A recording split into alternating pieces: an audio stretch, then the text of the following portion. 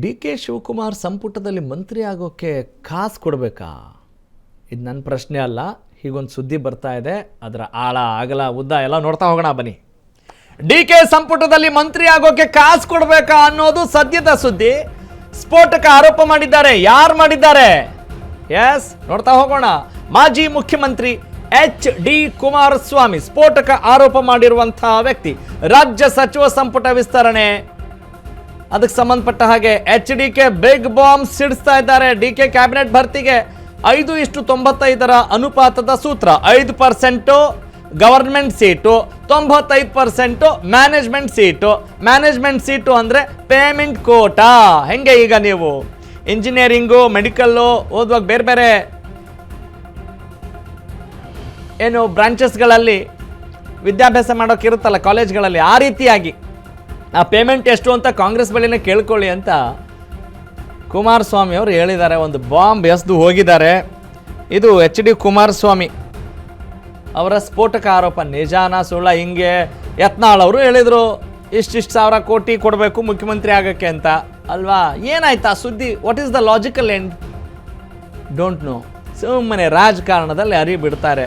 ಈಗ ಇವ್ರೇನು ಮಾಡ್ತಾರೆ? ಇವ್ರನ್ನೂ ಪ್ರಶ್ನೆ ಮಾಡ್ತಾರೆ. ನೆಕ್ಸ್ಟ್ ಹೆಂಗೆ ಆರೋಪ ಶುರುವಾಗುತ್ತೆ ಅಂತ ಹೇಳಿದರೆ, ಎಚ್ ಡಿ ಕುಮಾರಸ್ವಾಮಿ ಅವರು ಈ ರೀತಿ ಆರೋಪ ಮಾಡ್ತಾ ಇದ್ದಾರೆ. ಏನಂತ ಮಾಡ್ತಾ ಇದ್ದಾರೆ? ಎಷ್ಟೆಷ್ಟು ದುಡ್ಡು? 5% government, 95% management quota. Management quota ಅಂದರೆ ಏನದು? ಪೇಮೆಂಟ್ ಸೀಟು ಅಂತ ಹೇಳ್ತಾ ಇದ್ದಾರೆ. ಈಗ ಎಚ್ ಡಿ ಕುಮಾರಸ್ವಾಮಿ ಅವ್ರು ಹಿಂಗೆ ಆಡಳಿತ ನಡೆಸ್ತಾ ಇದ್ರು, ಅಥವಾ ಎಲ್ಲ ರಾಜಕಾರಣ ನಡೀತಾ ಇರೋದೇ ಹಿಂಗೆ, ಅಥವಾ ಇದೇನು ಯಾರಿಗೂ ಗೊತ್ತಿಲ್ಲದೆ ಇರೋ ಸಮಾಚಾರನ ಅಥವಾ ಗೊತ್ತಿರೋ ಸಮಾಚಾರನ? ಇದ್ರ ಬಗ್ಗೆನೇ ಒಂದು ದೊಡ್ಡ ವಿಶ್ಲೇಷಣೆ ಮಾಡಬೇಕಾದಂಥ ಒಂದು ಅನಿವಾರ್ಯ ಪರಿಸ್ಥಿತಿಯಲ್ಲಿ ನಾವಿದ್ದೀವಿ. ಇದು ರಾಜಕಾರಣ. This is political war. ಈಗ ಎಚ್ ಡಿ ಕುಮಾರಸ್ವಾಮಿ ಅವರು ಮಾತನಾಡಿದ್ದಾರೆ ಅಂತ ಹೇಳ್ತಾ ಇದ್ದೀವಲ್ಲ, ಅದನ್ನು ಕೇಳಿಸ್ಕೊಂಡು ಬಂದ್ಬೇಡ ಬನ್ನಿ. ಕ್ಯಾಬಿನೆಟ್ ಎಕ್ಸ್ಪೆನ್ಷನ್ಗೆ 5% ಗೌರ್ಮೆಂಟ್ ಸೀಟ್ ಅಂತೆ, ಇನ್ನು 95% ಮ್ಯಾನೇಜ್ಮೆಂಟ್ ಸೀಟ್ ಅಂತೆ. ಏನಂಗಂದ್ರೆ ನನಗೂ ಅರ್ಥ ಆಗಲಿಲ್ಲ. ಏನಪ್ಪ 5% ಗೌರ್ಮೆಂಟ್ ಸೀಟು, 95% ಮ್ಯಾನೇಜ್ಮೆಂಟ್ ಸೀಟ್? ಯಾಕಂದ್ರೆ ನಾನು ಇಂಜಿನಿಯರಿಂಗ್ ಕಾಲೇಜು, ಮೆಡಿಕಲ್ ಕಾಲೇಜಲ್ಲಿ ನೋಡಿದ್ವಿ ಮ್ಯಾನೇಜ್ಮೆಂಟ್ ಸೀಟು ಗೌರ್ಮೆಂಟ್ ಸೀಟು ಅಂತ ಕೊಡ್ತಾರೆ. ಕ್ಯಾಬಿನೆಟ್ನಲ್ಲಿ ಸೇರೋಕ್ಕೂ ಅದೇಂಥದ್ದು ಗೌರ್ಮೆಂಟ್ ಸೀಟು ಮ್ಯಾನೇಜ್ಮೆಂಟ್ ಸೀಟ್ ಮಾಡ್ಕೊಂಡವ್ರಂತಲ್ಲ. ಎಲ್ಲಿ ಕಳಿಸಕ್ಕೆ ಅದು ಮ್ಯಾನೇಜ್ಮೆಂಟ್ ಸೀಟಿಂದು ಡೊನೇಷನ್? ಕ್ಯಾಬಿನೆಟ್ ಎಕ್ಸ್ಪ್ಯಾನ್ಷನ್ಗೆ ಏನ್ ಮಾಡಕ್ ಹೊರಟವ್ರೆ? 5% ಗೌರ್ಮೆಂಟ್ ಸೀಟು ಅಂತಾರೆ. ಅಂದ್ರೆ ಮೆರಿಟ್ ಮೇಲೆ ಏನೋ ಕೊಡ್ತಾರೋ, ಇಲ್ಲ ಅದೇನಾದ್ರು ಪಕ್ಷದ ದುಡಿಮೆ ಮೇಲೆ ಕೊಟ್ಟವರೋ ಅದೇನೋ ಗೊತ್ತಿಲ್ಲ. ಅದು ಗೌರ್ಮೆಂಟ್ ಸೀಟು, ಅದು ಗೈಡ್ಲೈನ್ಸ್ ಏನ್ ಯಾವ ಎಜುಕೇಶನ್ ಡಿಪಾರ್ಟ್ಮೆಂಟ್ ನಲ್ಲಿ ಯಾರಾದ್ರೂ ಪಾಪ ಮಕ್ಕಳು ಸ್ಕೂಲ್ ಸೇರ್ಬೇಕಾದ್ರೆ, ಮೆಡಿಕಲ್ ಕಾಲೇಜ್, ಇಂಜಿನಿಯರಿಂಗ್ ಕಾಲೇಜ್, ಅಲ್ಲಿ ಗೌರ್ಮೆಂಟ್ ಸೀಟ್ ಇಷ್ಟು ಅಂತ ನೀಟು ಸಿಇಟಿಲಿ ಎಕ್ಸಾಮ್ ಪಾಸ್ ಆದವರಿಗೆ ಇಷ್ಟು ಪರ್ಸೆಂಟೇಜ್ ಅಂತ ಇಟ್ಟು ಮ್ಯಾನೇಜ್ಮೆಂಟ್ ಸೀಟ್ ಬೇರೆ ಇಟ್ಟವ್ರು. ಅವು ಸ್ವಲ್ಪ ಮ್ಯಾನೇಜ್ಮೆಂಟ್ ಸೀಟಿಗೆ ಸೇರ್ಬೇಕಾದ್ರೆ ಇದಿರ್ಬೇಕು. ಅರ್ಥ ಆಯ್ತಾ? ಅದು ಕೇಳಿ ಸತ್ಯ ಹೇಳಕ್ಕೆ cabinet. Well, okay. H D Kumaraswamy ಅವರು ಹೇಳ್ತಾ ಇದ್ದಾರೆ, ಅವ್ರಿಗೂ ವಾಕ್ ಸ್ವಾತಂತ್ರ್ಯ ಇದೆ. ಆದರೆ ಈ ಮಾತನ್ನು ಗಂಭೀರವಾಗಿ ಯಾರು ಪರಿಗಣಿಸ್ತಾರೆ ಅನ್ನೋದು ನೋಡಬೇಕಲ್ವೇ? ಈಗ ರಾಜ್ಯದ ಜನತೆಗೆ ಒಂದು ಹಂತದ ಭ್ರಷ್ಟಾಚಾರದ ಬಗ್ಗೆ, ಲಂಚಾವತಾರದ ಬಗ್ಗೆ, ಈ ಕಾಸಿನ ಕುಣಿತದ ಬಗ್ಗೆ ಯಾವ ರೀತಿ ಇದೆ ರಾಜಕಾರಣ ಅನ್ನೋದು ಗೊತ್ತಿದೆ. ಆದರೆ ಇಷ್ಟು ಇಂಡೆಪ್ತಾಗಿ ಹೋಗ್ತಾ ಇದ್ದಾರಲ್ಲ, ನೋಡೋಣ ಇದ್ರ ಬಗ್ಗೆ ಮತ್ತಷ್ಟು ಮಾಹಿತಿ ಮತ್ತು ವಿಶ್ಲೇಷಣೆ ನೀಡ್ತಾರೆ ನನ್ನ ಕಲೀಗ್, ನಮ್ಮ political correspondent Jeevan. H D Kumaraswamy ಅವರ ಮೇಲೆ ಒಂದು ಆರೋಪ ಏನಿದೆ ಅಂತ ಹೇಳಿದರೆ, ಹಿಟ್ ಆ್ಯಂಡ್ ರನ್ ಅಂತ ಹೇಳ್ತಾರೆ. ಇದು ಆರೋಪ. ಈಗ ಎಚ್ ಡಿ ಕುಮಾರಸ್ವಾಮಿ ಅವರು ಹಿಂಗೆ ಹೇಳ್ತಾ ಇದ್ದಾರೆ, ಪೇಮೆಂಟ್ ಕೋಟಾ ಮತ್ತು ಗೌರ್ಮೆಂಟ್ ಸೀಟ್ 5%, 95% ಅಂತೇನೋ ಹೇಳಿದರು. ಯಾವ ಆಧಾರದ ಮೇಲೆ ಇವರು ಈ ಆರೋಪ ಮಾಡ್ತಾ ಇದ್ದಾರೆ?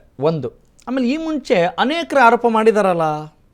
ಭಾರತೀಯ ಜನತಾ ಪಕ್ಷದವರು ಮಾಡಿದ್ದಾರೆ, ಕಾಂಗ್ರೆಸ್ ಅವರು ಮಾಡಿದ್ದಾರೆ, JDS ಅವರು ಮಾಡ್ತಾಯಿದ್ದಾರೆ. ಇದನ್ನು ನಮ್ಮ ಜನ ಹೆಂಗೆ ನೋಡಬೇಕು? Is there any truth? ಇದರಲ್ಲಿ ಏನಾದರೂ ಸತ್ಯಾಂಶ ಇದೆಯಾ, ಅಥವಾ ಇದು ಸುಮ್ಮನೆ ಏನೋ ರಾಜಕಾರಣ ಕೇಳ್ಕೊಂಡು ಹೋಗ್ತಾ ಇರ್ತಾ ಸುಮ್ಮನೆ ಆಗ್ಬಿಡ್ಬೇಕಾ? Please go ahead.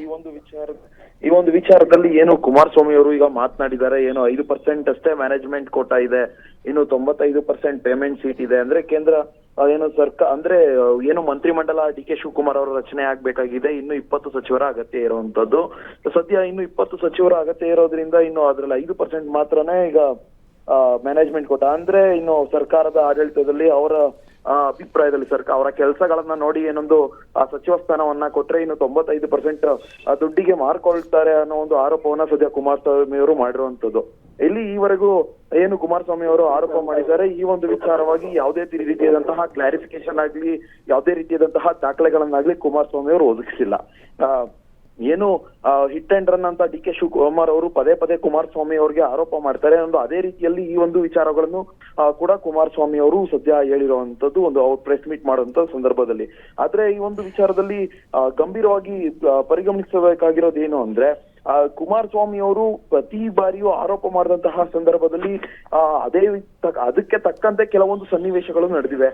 ಅದೇ ರೀತಿಯಾಗಿ ಸದ್ಯ ಡಿ ಕೆ ಶಿವಕುಮಾರ್ ಅವರು ಮೇಲೆ ಆರೋಪ ಮಾಡ್ತಿರುವಂತದ್ದು ಅಷ್ಟೇ. ಬಿಡದಿ ವಿಚಾರವಾಗಿರ್ಬೋದು, ಪ್ರತಿಯೊಂದು ವಿಚಾರದಲ್ಲೂ ಡಿ ಕೆ ಶಿವಕುಮಾರ್ ಅವರ ಮೇಲೆ ನೇರವಾಗಿ ಕುಮಾರಸ್ವಾಮಿ ಅವರು ಆರೋಪ ಮಾಡ್ತಿರುವಂತದ್ದು. ಅದೇ ರೀತಿಯಾಗಿ ಈಗ ಸದ್ಯ ಏನು ಸಚಿವ ಸ್ಥಾನಗಳು ಏನೊಂದು 20 ಫೈನ್ ಜೀವನ್, ಈಗ ಅವ್ರು ಹೇಳೋ ಮಾತು ಗೊತ್ತಾಯ್ತು, ಈಗ ಏನ್ ಮಾತನಾಡಿದಾರೆ ಅಂತ ಗೊತ್ತಾಯ್ತು. ಈಗ ನಮ್ಮ ಪ್ರಶ್ನೆ ಇರೋದು, ಈ ಸುದ್ದಿಗೆ ಏನಾದ್ರು ತುಂಬಾ ದೊಡ್ಡ ಮಹತ್ವ ಏನಾದ್ರು ಸಿಗುವಂತ ಲಕ್ಷಣಗಳೇನಾದ್ರೂ ಕಾಣ್ತಾವ?